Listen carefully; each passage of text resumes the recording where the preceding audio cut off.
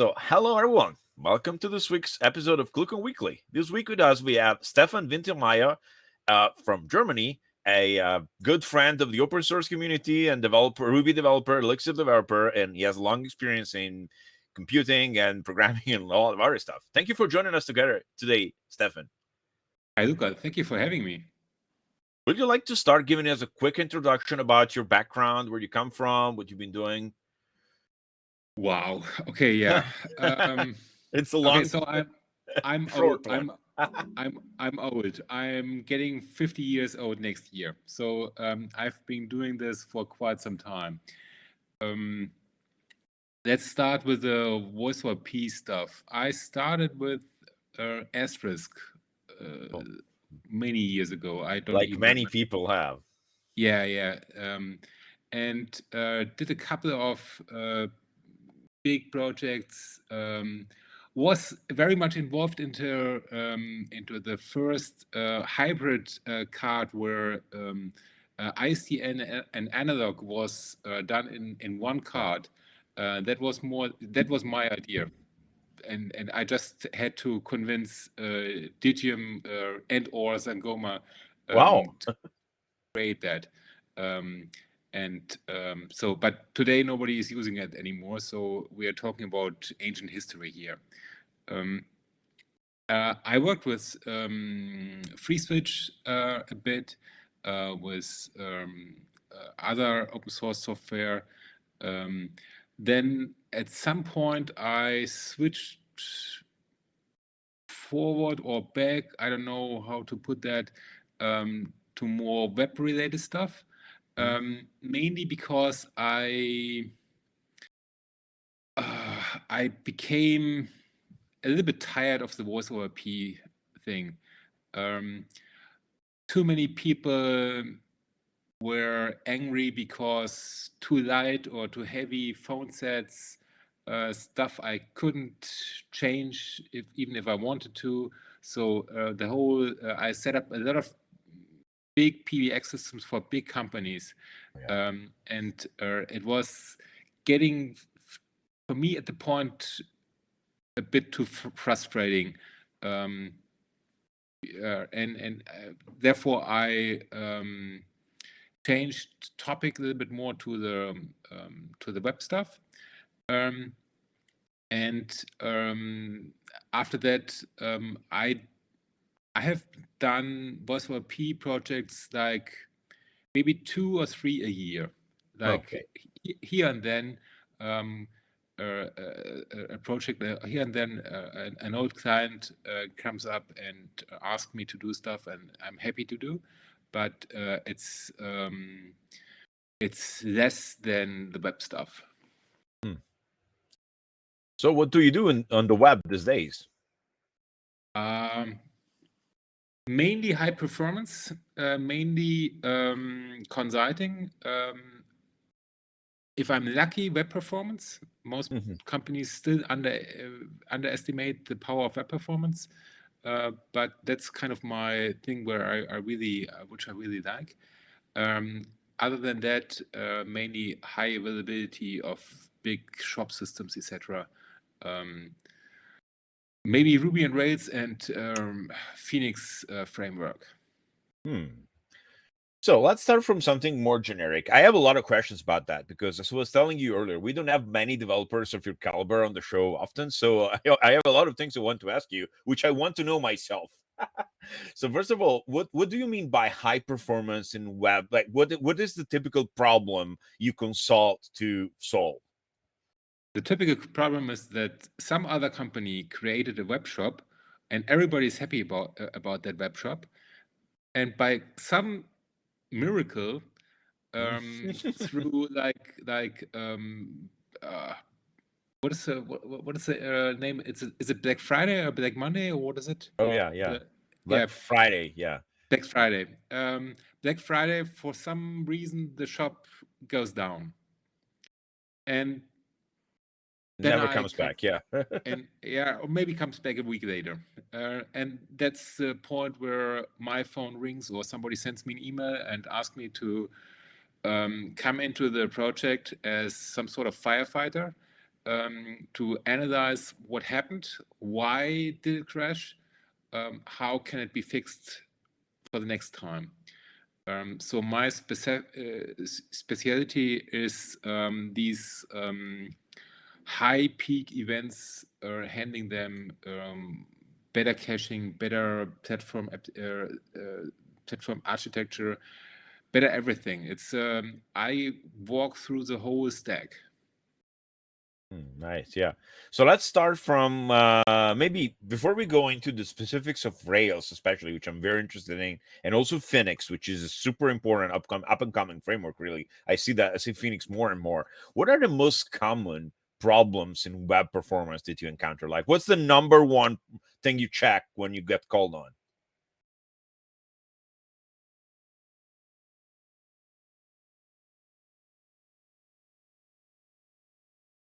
The number one thing, there's no number one thing. Okay. It's like every, I have two childs, and the first thing the pediatrician told me when my daughter, who is the second child, was born, he told me every kid is different. Oh, nice. That's the same with clients. Every client is different. They are all snowflakes. And there's no one size fits all solution here. I have seen a lot of times where companies try to fix the whole scalability issue by going big, and then the whole big thing crumbles together like an avalanche. Like they invest so much effort into the cluster that they get into cluster problems in itself. Like they could have solved the same problem with one big machine, but they didn't. Okay. They invested in, like, let's say 20 machines, and those machines interact in a strange way together, having single point of failures on the database or on the proxy or on whatever, and therefore they fall because of the complexity. Very few companies really need these big clusters. Oh, I see. It's less than 1% of all my clients really need a big cluster. But everybody has it, or most of them have them. And many are not aware of the complexity which that involves. Nice, yeah. I think you're right. In my experience, I mean, I've been doing consulting for a long time, and even with SignalWire, I still sort of do that because I do solutions architecture. I see many people who have an infrastructure that's too complicated, and it actually even didn't solve the problem. Like, so you see people with 5 web servers, load balancers, clustered databases, and it's still slow because nobody thought to profile the database queries. Yeah. Just go look at that. Like, you have query that takes 2 minutes to return product page. That's the problem. It's not nothing else. Yeah. For sure. Yeah.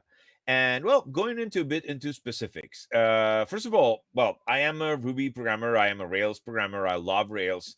For the people who haven't tried Rails, and there are quite a bit around here because a lot of people started with Node recently.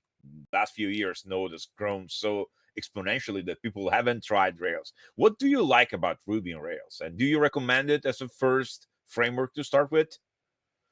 Today, no. Today, I would say go Phoenix framework. Nice. Go Elixir. But if you're already a seasoned object-oriented programmer, maybe even a seasoned Ruby programmer, Ruby on Rails is a very, very good fit. But if you are new to the whole thing, like coming from a different perspective, and don't care about learning a new programming language, if that would be object-oriented or functional programming, then I'd say go Elixir, go functional programming, go Phoenix framework. It is faster, it is easier to debug, it is nicer, it's more beautiful. to read and to write. It's just it's a better way of getting things done, but that doesn't mean that it's a perfect fit for every company. Because for many companies, or probably for most companies, it is important how they can hire new staff. I see. And how can they train existing staff? And for most of them, it's easier to hire new Ruby on Rails developers than Phoenix developers. So thinking of that problem and comparing both frameworks, Ruby on Rails is often the best choice because it's easier to get the team you need. From a technology perspective, Phoenix runs circuits around Rails. A lot of the new Rails features, if not all, were copied from Phoenix. Oh, really? Yeah. Like the whole live view thing, that's Phoenix started that, and everybody else copied that. And everybody. I've been using Hotwire a lot. Yeah, that's a Phoenix idea. Then I need to go look at Phoenix. Yeah, and Phoenix does it way better. I'm happy that Ruby on Rails does it, but I'm unhappy that David, and I remember when David first came up with like when his first video about that was published, he didn't mention Phoenix in a single sentence. I would have liked him. I didn't know, for example. Yeah, I would have liked him to say, okay, and by the way, that's not my idea. We saw it at the Phoenix guys, and this is our way of doing this. But okay, I don't know. That's just a personal thing. I prefer. I like open source projects as open as possible to each other, where one says, okay, we implemented this, but the original idea was from X. So thank you, X. And that has never been done with stuff like LiveWire in Ruby and Ruby on Rails. So for the people who don't know, the whole live view and Hotwire concept is about getting people your web pages to be updated via HTML transfer from the server side. Will you say that's more or less correct? That is more or less correct. It is actually, to be honest, it took me quite a while to understand the why is this such a big thing. Because and if we have the time, let's have a 2-minute excursus here. Traditionally, an application exports some sort of data API, which sends some sort of JSON or I don't know, whatever format. Yeah. And there's on the front end, there's some sort of a JavaScript framework. That could be, in the old days, that was Ember. Today it's React, or I don't know, Vue, Svelte, or whatever. Yeah, there's a million. A million different JavaScript frameworks for the front end. And the front end pulls the data from the backend via JSON or whatever. And then presents that and does all the logic with that.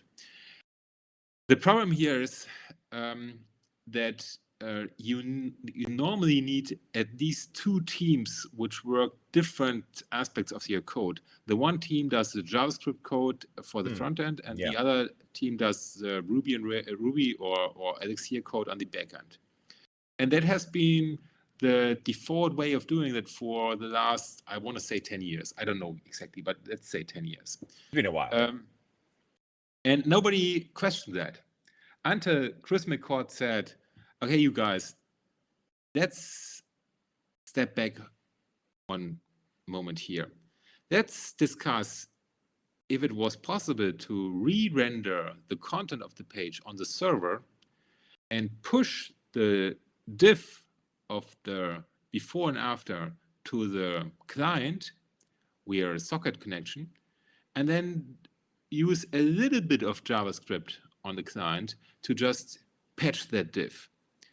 And when I heard this the first time, I remember I thought, okay, what a crazy idea. What do we get from that? It's like why would I make such a like that? It didn't sound right at all. Because I thought, okay, latency must be an issue, but it isn't. We are sending the data anyway. So latency here is if you have a slow connection, you will have a slow connection with both ways. And for most these applications, they run on a pretty good connection. So that is not a big problem as I thought initially. And the second big gain here is that this approach needs way less CPU and memory on the client. And especially on the mobile devices, there are so many mobile devices out there which run on very slow CPUs and very little amount of RAM. Not everybody has the latest iPhone. Most people use very cheap phones. And for them, this is a big gain in performance. Replacing nodes is very light in JavaScript world. Just replacing HTML nodes as opposed to rendering them. It's much simpler. Yeah, and the third thing is, and that is for me, now the circle comes back about your developer team.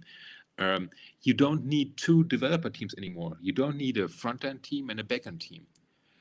You're back to the old way of doing it in one team, which does that's called the backend, and the backend creates the front-end. And that's a big advantage. And there's one thing which most people and most companies don't think about, but which is a big thing for example, for web shops. With this setup, the backend knows what's happening in the front end. The backend knows what the user did or where the user is, and for example, can change or can sorry, you're muted. Wintermeyer, Anruf annehmen. Okay. I'm very sorry. No problem. I did. My wife just called, and my headset. It's not a problem. Sorry for that. So do you hear me? Yep.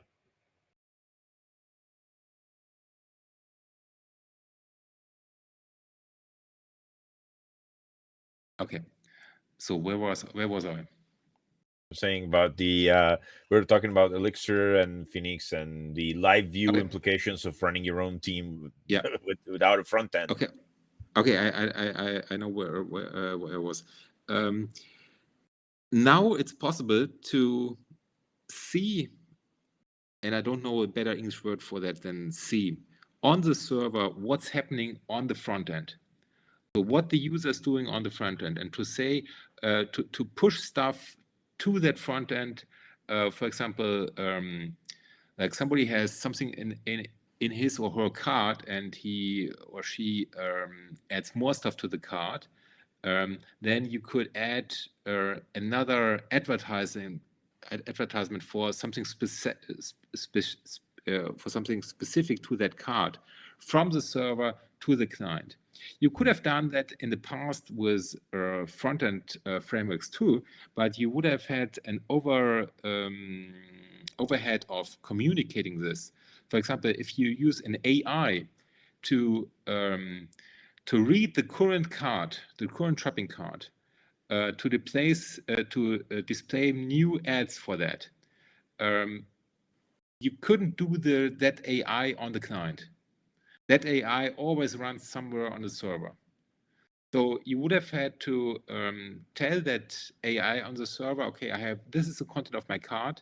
What should I display now as a product the client probably wants to add in addition? Now you can do that all in the same place, all in the same Phoenix application or Ruby and Rails application. And that's a big, big difference. But most people haven't realized that yet. So that's, for me, that's the next step. That integration of AI systems and shopping system and et cetera, et cetera. I think from the perspective of how you manage, from the perspective of how you manage the various parts of a web app, I feel like for myself, so what I do at SignalWire is mainly solutions architecture. So I build demos for customers to display how they could use SignalWire technology in their own apps, right? And I end up building demos mostly by myself, but not because I don't have a team, but everybody on the team generally works on their own demo. We never work on we almost never work on the same app in more than one person. And moving to, Hotwire, because that's what Rails says, has made it far easier for us to manage that, to manage the development cycle, because I can easily get an application, an interactive application, running quickly. So really, Yeah. it's really super. I mean, it's been good, and I didn't know that the whole technology came from Phoenix. So there's something I need to go check. Yeah. Definitely. So from a learning curve perspective, do you think Rails and Phoenix are more or less the same these days? If someone were to start today, like, okay, Stefan, you convinced me. Which one should I start with? No. And again, here, if somebody doesn't have any history, he or she should use or should start with Phoenix because it's just a better technical choice. But if somebody has history, it depends on that history, because both frameworks are hugely different. For example, the most visible example for most developers is ActiveRecord versus Actor. ActiveRecord is the thing which is used in Ruby and Rails and to get data from the database. And Actor does the same thing, but it's not the same for Elixir or for Phoenix. But it's a totally different thing. For example, I try to come up with an easy example.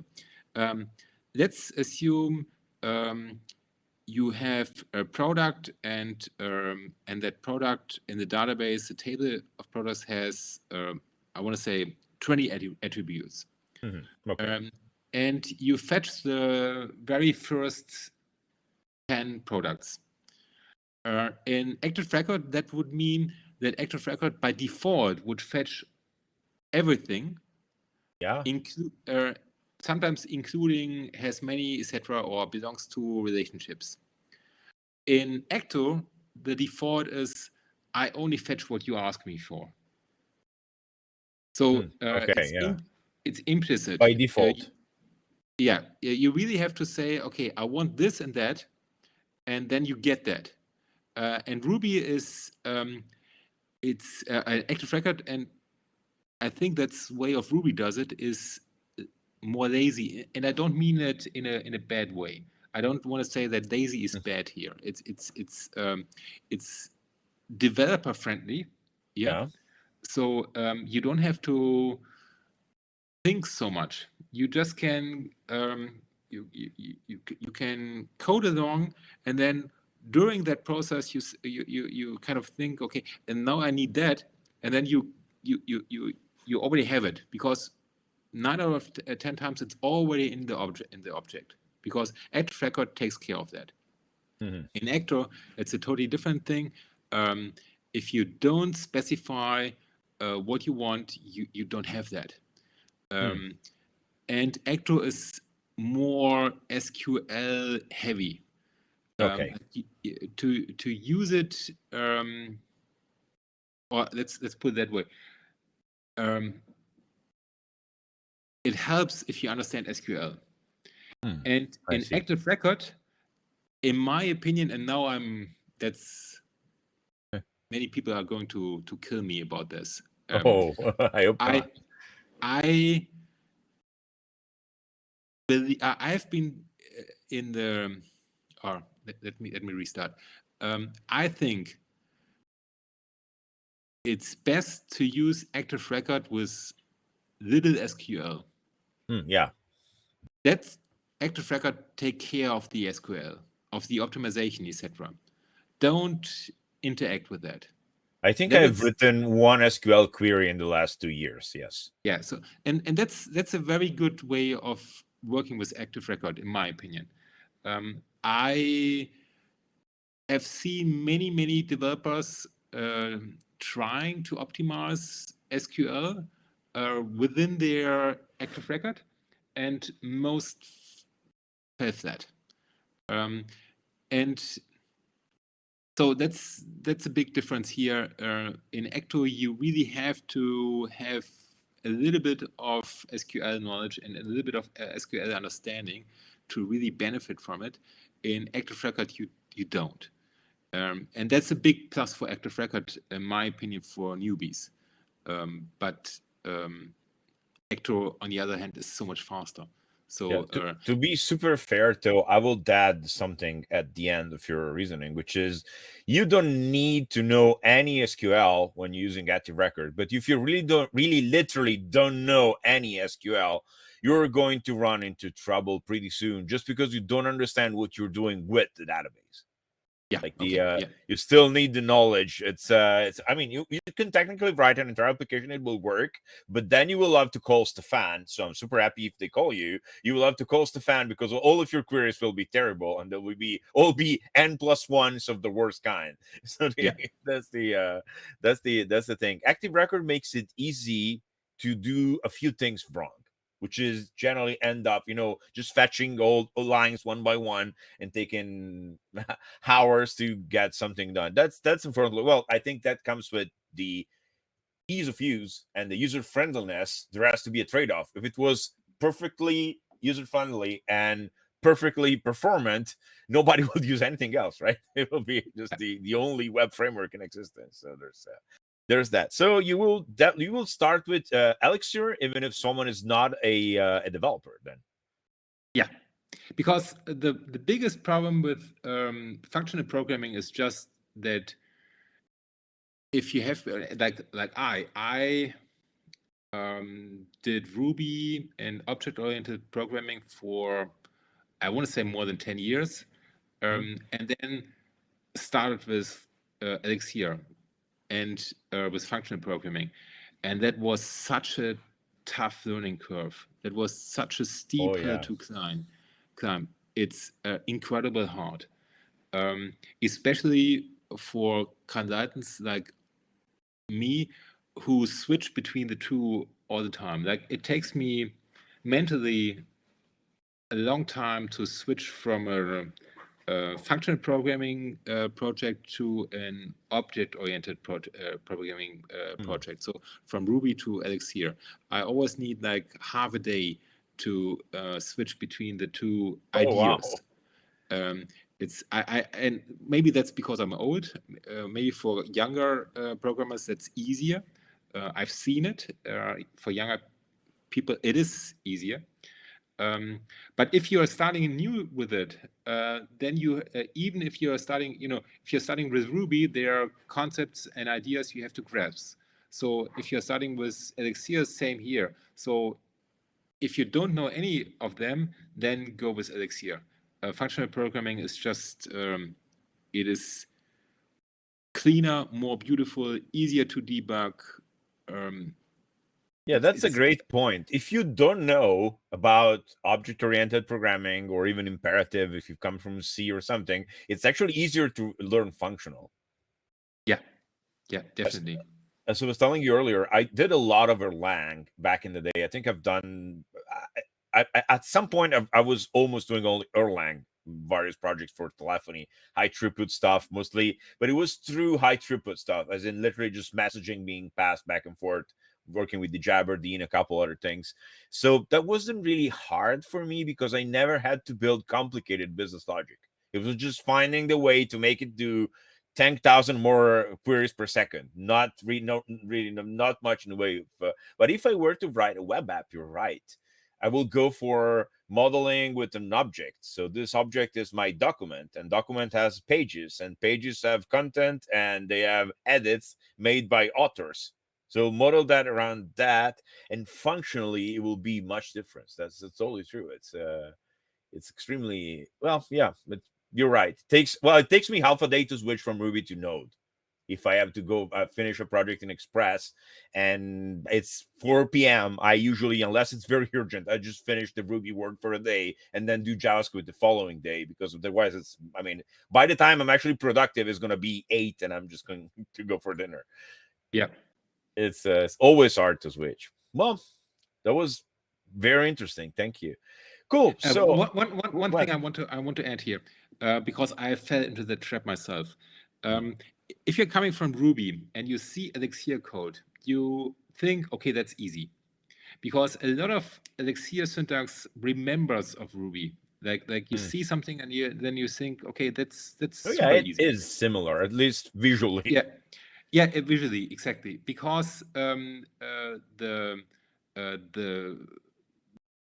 Elixir developer or many of the core team, they used to be Ruby developers. So they try to get similar feeling. And that's, in my opinion, from today's perspective, false idea, because it is totally different. You really have to start at zero here. Don't think because it looks easy, don't think it is easy. It is not. So yeah, but go for it. If you're interested in it, it is a wonderful programming language. It is so much more performant. Like my rule of thumb is any Phoenix application is like 10 times faster than the same application with Ruby and Rails. Wow. So that's quite a big difference. It scales so much easier because the whole Beam idea, the whole Beam concept, which you probably know from Erlang, has built clustering in itself. Like that's a given. Nobody discusses that. That's like, and that's a 20 years old technology. Erlang is a very, very old programming language. Oh yeah, it's so for people who don't know, essentially Erlang doesn't have strings, amongst other things. They're technically not total strings, which makes it very fun to work with. Yeah, and so it's very fast, very stable. It's super easy to scale, and that's just the reason why I like it so much. But again, you have to have the team for that. Otherwise, it doesn't make any sense. You can scale any Ruby and Rails application too. It just costs you more. Like you need more hardware. You need sometimes more software. So scalability is never an unsolvable problem. Like companies like Shopify, that's a Ruby and Rails system. GitHub, that's Ruby and Rails. So it's easy to scale it. You just need more money to do it. Yeah, which means it's not always easy to scale, because I've seen one of the things I do as part of my job is I help startups get started, looking at various solutions, ideas, etc. And I've seen many people get to the point where they could use a little bit more, horsepower in their web servers, but they don't have the money to truly scale a Rails app or a Node app the way it should be, because that would require going from $500 per month in servers to 2,000 or 3,000. And maybe it's two guys who don't yet have revenue, and that money is used to pay for the developers while building the features that people pay for. So it's an interesting conundrum. So people shouldn't. So there's this thing that I always thought is a false myth. We always talk about premature optimization in software engineering. Like a lot of people think I'm going to build this extremely slow, just see if it works, and then I will optimize it later. But you have to start from a level that's high enough so that you don't have trouble after. Because if it runs, the classic problem is running your own video server. If you want to do video conferencing, installing FreeSwitch and running FreeSwitch doesn't take long and it works super well. But try doing 1 million calls. You instantly realize you need $10,000 of servers per month running just to do that. And then it's, it's not always great. So you should start. So the idea of starting with something like Phoenix was good performance to start with. It's probably a very good, reasoning. Like, why optimize later when you can postpone that as much as possible by just using something that's faster? That's a very good point. Plus, it's got live view, which I didn't know. Yeah. Cool. So, about the speed, because web performance is something which is very important for me. I would like to add something here. Of course. I always bring the example of a web page which displays lottery numbers. Like, you have two different web pages. One displays the lottery numbers of next week, and one displays the lottery numbers of last week. The next week lottery numbers, that page can be crappy as hell. That can be super slow, super bad HTML, like the worst page in the world. It still will perform good because it has next week's lottery numbers. I see. The page with last week's lottery numbers has to be very, very fast. It has to be very well designed, very good web performance, etc., because there are a million of other web pages with the same content. So that's a very good point. Yeah, if you're telling people next week lottery numbers, it doesn't matter. It can be 5 minutes to load and have 15 ads on it, and people will just, I will go there. I mean, I will definitely use it. So it's important what you do. There are systems where it is super important that it has to be very fast, very good, etc. And there are other systems where it's not that important because you are so unique that your users will accept any fault because you're the only one out there who delivers that information or that service or that product. A good example could be probably if you are building an application that offers a special service that only your company does, maybe you can focus more on performance. But say you have an e-commerce website and you sell similar things that other people sell, then performance is much more important because at that point you need to compete on that. Like, if I know, and I've been doing some competitive analysis for a customer, and there's a lot there. But one thing I found about one of the competitors we're looking at is that how fast. So I noticed one of the competitors only because their website was super duper fast, like incredible, like click, bam. I was just reading the documentation in half a millisecond. It was already there, and that made me notice them. And I have them as one of my highest competitors in the ranking, just because the website feels so good that I feel like people are going to use that almost only because of that. Because frankly, features are comparable, if not a bit less. But it's so good that the moment I clicked it, I said, "Wow! If I needed something like this, I will be using this service." Yeah, and that's a human thing to do. Most people don't realize that is one of the big features of Google. Google is a very, very fast web page. Most people don't realize that, but that's the reason why they're using it. If a web page takes more than a second to load, actually it's way less. It's more than 500 milliseconds. Then people already do a context switch in their brain. So once the page has loaded, the brain needs like a couple of more milliseconds to get back to that train of thought which you just started. And you want to optimize that as much as possible. And by doing that, you increase your numbers, the stuff you sell, quite a bit.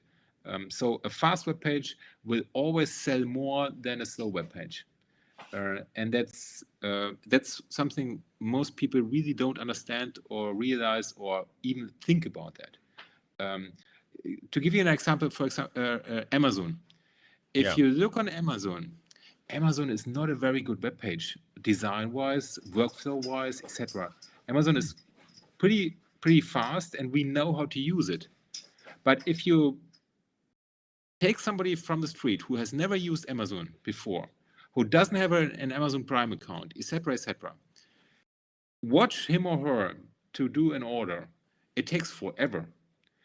Just because most of us have Amazon Prime and we have our browser set up, and everything goes automatically. For us, Amazon is a fast web system, and we've using it for 20 years. Actually more than I'm using Amazon more than 20 years. So everything is already hard-coded in my brain. But it's objectively not a good shop system. It could be so much better. Yeah, I do agree. You're right. If you have to order from scratch, like I helped a relative do an order themselves recently, it does take a long time. There are better systems. I've ordered some specialty golf equipment. My wife is left-handed, so we had to get her some special stuff from Germany, and I bought it from a different store. And the experience was actually better than the one that we had on Amazon. The golf store, the e-commerce store in Germany was much better. It asked me the right questions at the right time. It had the correct amount of fields on the page. It will ask me, it's not 15 screens to add your address. It's just one. And that's you're absolutely right. But on the other hand, though, again, think about that competitor's website that I noticed. Just the fact that I clicked on documentation and boom, it was just there. I had no time to think about it. And you're right. That makes you not leave the task for a split second, if you got what I mean. Like, your brain will unconsciously stop thinking about, okay, so I'm looking for a new API for this thing. And for that split second, your brain is going off and thinking about the results from the soccer game while the page loads. If it takes 5 seconds to load, you have to remember what you were doing, even consciously. That's totally true. That's a good point. I never thought about it, but it's actually very true. Yeah. By the way, for anybody who's very interested or who is interested in this topic, search for my name and web performance on YouTube. You'll find a couple of related talks there where I give more introduction about this whole speed system here and what you gain by reducing or increasing the web performance, and what you lose by doing the opposite. Awesome. Well, I mean, that's we're nearing the end of our episode today, but I think we'll have more to talk about. So, first of all, there's our conference is in October. It's called ClueCon. It's going to run from the 21st to the 25th of October in Chicago. Go look at ClueCon.com and you'll find all the info there. I think we still have a special sale going on there. And well, Stefan, if you'd like to meet us there, the call for papers is open until I think the 15th of the month. So if there's anything you'd like to come speak about, there's there are a lot of slots for interesting talks, etc. So otherwise, I'm super happy to have met you today, and maybe since we're both in Europe, we'll run into each other at some other conference. Who knows? Yeah, I would like to add something here. ClueCon is one of my favorite conferences. Oh, thank you. It's I haven't been there in a couple of years because I'm not involved into the voice over IP business anymore at the same way I used to be. But I remember giving talks at ClueCon many years ago, and the spirit of the conference, the people, the whole setup, it's unique. It's very special. It's again one of my favorite conferences, and that's well. Thank you. Yeah, we try to make it as interesting and as fun as possible, and it usually works out pretty well. We've had some very fun experiences in the past, and you get to meet a lot of people not only from the voice over IP industry. We've been trying to widen the net a little, but still, yeah. So thank you. That's Sharon and the people from the team will be super happy to hear that. Cool. So, well, first of all, thank you, Stefan, for joining us today. It was super interesting. We don't often have developers on the show. Don't often have developers of your caliber on the show. So, we really learned a lot from you. Thank you so much. Thank you for inviting me. That was great fun. Thanks again. And well, again, if I might see you in Chicago in a few months. Otherwise, for the rest of the audience, I'll see you next week. Have a great day, and thank you, Stefan, for joining us today. Bye. Goodbye.